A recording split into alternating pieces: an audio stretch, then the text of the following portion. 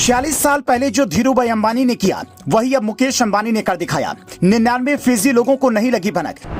अंबानी का एक फैसला भारत को बनाएगा और महान। अब तीसरी पीढ़ी बनाएगी शान। तीनों बच्चे चलाएंगे पूरी कंपनी।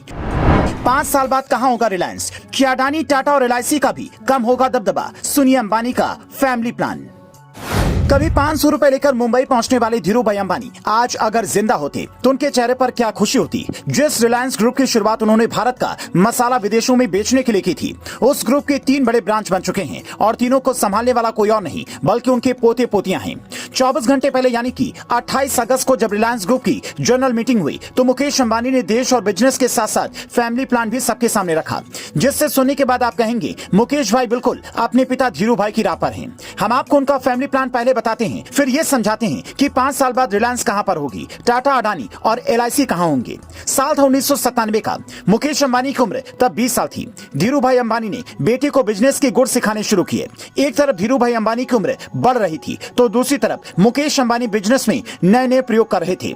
साल 2002 में जब धीरूभाई की मौत हुई तो मुकेश अंबानी ने बिल्कुल आसानी से कारोबार संभाल लिया, पर प्रॉपर्टी को लेकर अलग कहानी शुरू हो गई। इसीलिए मुकेश अंबानी ने इस बार फैमिली प्लान पहले ही तैयार कर लिया था, जिसके मुताबिक पहले तीनों बच्चे आकाश, अनंत और ईशा को 3 बड़ी कंपनियों की जिम्मेदारी दी। जब तीनों ने इसे बाखूबी निभाया तो उसके बाद बोर्ड में शामिल किया और कहा कि अगले 5 साल तक मैं आपको ट्रेंड करूंगा और ये बताऊंगा कि अंबानी परिवार की तीसरी पीढ़ी को क्या क्या करना है। क्योंकि साल 1985 में जब AGM की पहली मीटिंग हुई थी तो धीरूभाई अंबानी को जमीन पर बैठकर लोग सुन रहे थे और ये वक्त है कि मीटिंग में भव्य पार्टी का आयोजन हुआ। पूरा देश ये जानना चाह रहा था कि मुकेश अंबानी का क्या फैसला है, तो वो फैसला भी सुनिए जो अगले 5 साल तक रिलायंस और अंबानी परिवार दोनों का भविष्य तय करेगा।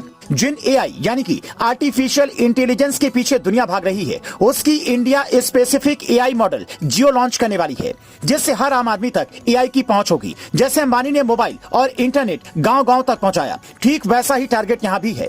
जिस वायु प्रदूषण से दुनिया परेशान है, उसे कम करने के लिए मुकेश अंबानी ने बड़ा ऐलान किया। यूपी के बाराबंकी में रिकॉर्ड 10 महीने में कंप्रेस्ड बायोगैस का प्लांट अंबानी की कंपनी ने लगाया और अगले 5 सालों में करीब 100 ऐसे ही प्लांट लगाए जाएंगे, जिससे 25 लाख टन जैविक खाद बनेगा। इससे पूरी दुनिया को फायदा होगा। पावर ऑफ ड्रीम को प्रूफ करने का काम अंबानी परिवार ने किया है और आगे भी करेगा, ऐसा दावा मुकेश अंबानी ने किया है। मतलब जो सपने देखे हैं वो पूरे होंगे। रिलायंस का हर ग्रुप देश के आर्थिक विकास में इतनी तेजी से योगदान देगा कि साल 2047 तक भारत विकसित राष्ट्र बन जाएगा। गणेश चतुर्थी को जियो एयर फाइबर लॉन्च होगा। जियोफिन की एंटी इंश्योरेंस सेक्टर में होगी। मतलब ये समझिए कि अगले 5 साल में अंबानी अपने नेतृत्व में बच्चों को इतना कुछ सिखा जाएंगे कि तकनीकी के इस जमाने में हर तरफ अंबानी की कंपनी का ही वर्चस्व होगा।